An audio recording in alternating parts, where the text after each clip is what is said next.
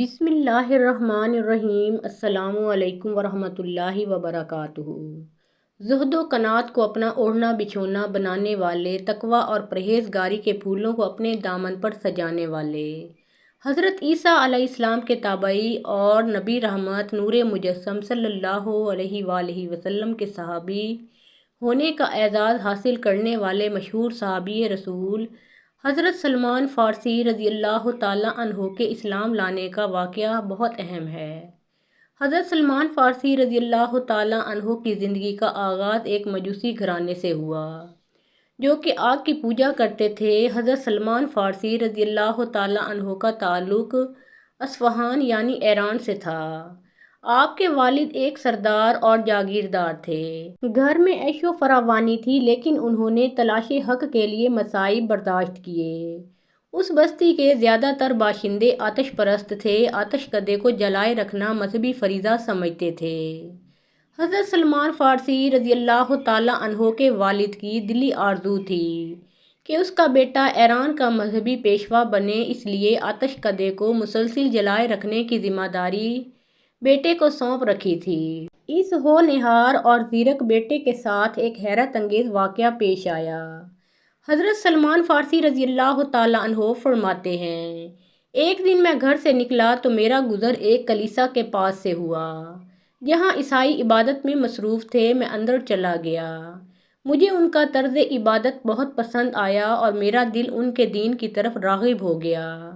میں نے عیسائیوں سے پوچھا، تمہارے اس دین کا مرکز کہاں ہے؟ انہوں نے مجھے بتایا شام میں۔ رات کو گھر واپس لوٹا اور ابا جان کو بتایا کہ آج میرا گزر عیسائیوں کے عبادت خانے سے ہوا ہے، مجھے ان کی عبادت کا انداز پسند آیا۔ میرا باپ یہ باتیں سن کر بہت پریشان ہوا، اسے اندیشہ ہوا کہ کہیں اپنے آبائی دین سے برگشتہ نہ ہو جاؤں۔ اس نے مجھے گھر میں قید کر دیا۔ ایک دن موقع پاتے ہی گرجے میں پیغام بھیجا کہ جب کوئی ملک شام کی طرف جانے والا قافلہ آپ کے پاس آئے تو مجھے اطلاع کر دینا۔ تھوڑے ہی دنوں کے بعد ایک قافلہ شام جانے کے لیے وہاں آ پہنچا۔ اہل کلیسا نے مجھے اطلاع کر دی۔ میں کسی طریقے سے گھر سے نکلا اور اس قافلے کے ساتھ ہو لیا۔ شام پہنچ کر میں بڑے پادری کی خدمت میں حاضر ہوا اور عرض کی کہ مجھے عیسائیت میں دلچسپی ہے، میری دلی تمنا ہے کہ آپ کے پاس رہوں، عیسیٰ مذہب کی تعلیم حاصل کروں اور آپ کی رہنمائی میں عبادت کروں۔ اس نے مجھے اجازت دے دی۔ میں نے جی بھر کے اس کی خدمت کی، مگر تھوڑے ہی عرصے کے بعد مجھے معلوم ہو گیا کہ اس مذہبی پیشوا کا کردار درست نہیں۔ لوگ اپنا مال و متاع لے کر اس کی خدمت میں حاضر ہوتے تاکہ صدقہ و خیرات کیا جائے، تو یہ سارا مال خود ہڑپ کر جاتا۔ اس طرح اس نے 7 مٹکے سونے اور چاندی کے بھر لیے۔ مجھے وہ شخص بہت برا لگا، لیکن کچھ ہی دنوں کے بعد اس کو موت نے دبوچ لیا۔ عیسائی پیروکار اسے عزت و اکرام کے ساتھ دفنانے لگے۔ تو میں نے کہا، تمہارا پیشوا کوئی اچھا آدمی نہیں تھا، اور اگر میری باتوں پر یقین نہیں آتا تو آؤ میں تمہیں اس کا خفیہ خزانہ دکھاتا ہوں۔ جب انہوں نے سونے اور چاندی کے بھرے ہوئے مٹکے دیکھے تو حیران رہ گئے اور ان کو اپنے قبضے میں لے لیا اور اس کو دفن کرنے کی بجائے سنگسار کر دیا۔ چند دن گزرنے کے بعد لوگوں نے ایک دوسرے شخص کو اپنا مذہبی رہنما منتخب کر لیا۔ میں نے ان سے تعلیم حاصل کرنا شروع کر دی اور خدمت کو اپنی سعادت سمجھنے لگا۔ وہ بڑا ہی عابد، زاہد اور خوف خدا رکھنے والا شخص تھا، اس لیے مجھے اس سے عقیدت ہو گئی۔ جب اس کی موت کا وقت قریب آیا تو میں رونے لگا کہ اب میں کہاں جاؤں گا۔ اس نے کہا، بیٹا موصل میں فلاں شخص کے پاس چلے جانا۔ اس طرح میں موصل آ گیا۔ پھر یکے بعد دیگرے ایک استاد کی موت کے بعد دوسرے کے پاس موصل سے نصیبن نامی بستی اور پھر اموریہ بستی نصیحت کے مطابق پہنچ گیا۔ قدرت کا کرنا ایسا ہوا کہ اس استاد کو بھی زیادہ مہلت نہ مل سکی اور وہ بستر مرگ پہ پہنچا۔ تو میں نے حسب سابق عرض کی کہ اب میں کہاں جاؤں؟ اس نے میری معصومانہ حالت دیکھ کر بڑے واضح انداز میں کہا، اے حق کے متلاشی بیٹے، اس دنیا میں مجھے کوئی ایسا شخص نظر نہیں آتا جس کی صحبت میں تمہیں امن و سلامتی نصیب ہو۔ ہاں، اب نبی آخر الزماں کے ظہور کا وقت قریب ہے۔ جو دین ابراہیمی پر ہوں گے اس مقام کی جانب ہجرت کریں گے جو دو پہاڑوں کے درمیان ہوگا، جہاں کھجور کے درخت کثرت سے پائے جائیں گے، ان کے دونوں کندھوں کے درمیان مہر نبوت ہوگی۔ وہ ہدیہ قبول کریں گے اور صدقہ نہیں کھائیں گے۔ رہب کے انتقال کے بعد آپ رضی اللہ تعالیٰ عنہ نے اس وصیت کو پیش نظر رکھا اور ایک قافلے کے ہمراہ آگے بڑھ گئے۔ راستے میں قافلے والوں کی نیت بدل گئی اور انہوں نے آپ رضی اللہ تعالیٰ عنہ کو ایک یہودی کے ہاتھ بیچ دیا۔ یوں حق کے اس متلاشی کو غلامی کی زنجیروں میں جکڑ دیا گیا۔ آپ تقریباً 10 بار بیچے گئے، بالآخر بکتے بکاتے مدینہ منورہ پہنچ گئے۔ آپ رضی اللہ تعالیٰ عنہ ایک مرتبہ کھجور کے درخت پر چڑھ کر کھجوریں توڑ رہے تھے کہ خبر سنی کہ نبی آخر الزماں صلی اللہ علیہ وآلہ وسلم ہجرت فرما کر مدینے کے قریب مقام قباء میں تشریف لا چکے ہیں۔ اسی وقت دل بے قرار ہو گیا، فوراً نیچے تشریف لائے اور خبر لانے والے سے دوبارہ یہ روح پرور خبر سننے کی خواہش ظاہر کی۔ یہودی آقا نے اپنے غلام کی تجسس اور بے قراری دیکھی تو غصے میں آ گیا اور ایک زوردار تھپڑ رسید کر کے کہنے لگا، تمہیں ان باتوں سے کیا مطلب؟ جاؤ دوبارہ کام پر لگ جاؤ۔ آپ رضی اللہ تعالیٰ عنہ دل پر پتھر رکھ کر خاموش ہو گئے، لیکن متاع صبر و قرار تو لٹ چکا تھا، لہذا جوں ہی موقع ملا چند تازہ کھجوریں ایک طباق میں رکھ کر بارگاہ رسالت میں حاضر ہوئے اور عرض کی، یہ صدقہ ہے، قبول فرما لیجئے۔ پیارے آقا صلی اللہ علیہ وآلہ وسلم نے صحابہ کرام رضی اللہ تعالیٰ عنہم سے فرمایا، تم کھا لو، اور خود تناول نہ کیا۔ آپ نے دل میں کہا، ایک نشانی تو پوری ہوئی۔ اگلی مرتبہ پھر کھجوروں کا خوان لے کر پہنچے اور عرض گزار ہوئے، یہ ہدیہ ہے، قبول فرما لیجئے۔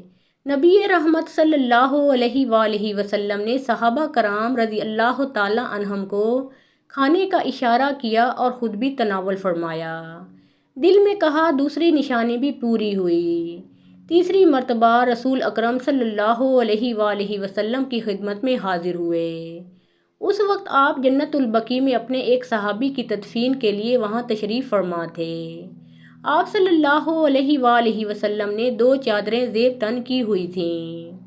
حضرت سلمان فارسی رضی اللہ تعالیٰ عنہ آپ صلی اللہ علیہ وآلہ وسلم کے شانے پر مہر نبوت دیکھنے کی کوشش میں تھے، جس کے بارے میں انہیں اموریہ کے پادری نے بتایا تھا۔ رسول اکرم صلی اللہ علیہ وآلہ وسلم نے بھانپ لیا اور اپنی چادر کندھوں سے نیچے سرکا دی۔ جب مہر نبوت دیکھی اور پہچان گئے تو اسے چومنے کے لیے قدم بڑھایا اور زارو قطار رونا شروع کر دیا۔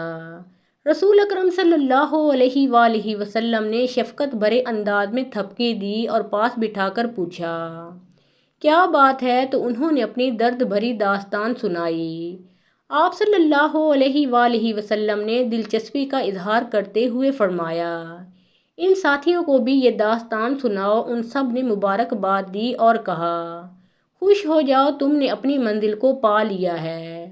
آپ رضی اللہ تعالیٰ عنہ غلامی کی زنجیروں میں جکڑے ہونے کی وجہ سے غزوہ بدر اور غزوہ احد میں حصہ نہ لے سکے۔ پھر 300 کھجور کے درخت اور 40 اوقیہ چاندی کے بدلے آزادی کا تاج سر پر سجایا اور ایک سرفروش مجاہد کی طرح بعد میں آنے والے تمام غزوات میں حصہ لیا۔ غزوہ خندق میں خندق کھودنے کا مشورہ بھی آپ رضی اللہ تعالیٰ عنہ ہی کا تھا۔ آپ رضی اللہ تعالیٰ عنہ کو رسول اکرم صلی اللہ علیہ وآلہ وسلم سے والہانہ محبت تھی۔ اپنے وقت کا بیشتر حصہ دربار رسالت میں گزارتے۔ غزوہ خندق میں سلمان فارسی رضی اللہ تعالیٰ عنہ جس جذبے سے خندق کھود رہے تھے، انہیں دیکھ کر انصار پکار اٹھے کہ سلمان ہمارے ہیں، اور مہاجرین نے کہا کہ سلمان ہمارے ہیں۔ یہ بات رسول اکرم صلی اللہ علیہ وآلہ وسلم تک پہنچی تو فرمایا، سلمان ہمارے اہل بیت سے ہیں۔ ایک اور مقام پر اس بشارت عظمیٰ سے سرفراز ہوئے کہ جنت سلمان فارسی کی مشتاق ہے۔ جب کوئی پوچھتا کہ آپ کے والد کون ہیں تو ارشاد فرماتے، میں دین اسلام کا بیٹا سلمان ہوں۔ رسول اکرم صلی اللہ علیہ وآلہ وسلم کے وصال ظاہری کے بعد آپ رضی اللہ تعالیٰ عنہ نے ایک عرصہ تک مدینہ میں قیام فرمایا، پھر عہد فاروقی میں عراق میں سکونت اختیار کر لی۔ کچھ عرصے کے بعد حضرت عمر فاروق رضی اللہ تعالیٰ عنہ نے آپ کو مدائن کا گورنر مقرر کر دیا۔ گورنر کے اہم اور بڑے عہدے پر فائز ہونے کے باوجود آپ رضی اللہ تعالیٰ عنہ نے بڑی سادہ زندگی گزاری۔ ایک دن مدائن کے بازار میں جا رہے تھے کہ ایک ناواقف شخص نے آپ کو مزدور سمجھ کر اپنا سامان اٹھانے کے لیے کہا۔ آپ رضی اللہ تعالیٰ عنہ چپ چاپ سامان اٹھا کر اس کے پیچھے چلنے لگے۔ لوگوں نے دیکھا تو کہا، اے صاحب رسول، آپ نے یہ بوجھ کیوں اٹھا رکھا ہے؟ لائیے اسے ہم اٹھا لیتے ہیں۔ سامان کا مالک ہکا بکا رہ گیا، پھر نہایت شرمسار ہو کر آپ رضی اللہ تعالیٰ عنہ سے معافی مانگی اور سامان اتروانا چاہا، لیکن آپ رضی اللہ تعالیٰ عنہ نے فرمایا، میں نے تمہارا سامان اٹھانے کی نیت کی تھی، اب اسے تمہارے گھر تک پہنچا کر ہی دم لوں گا۔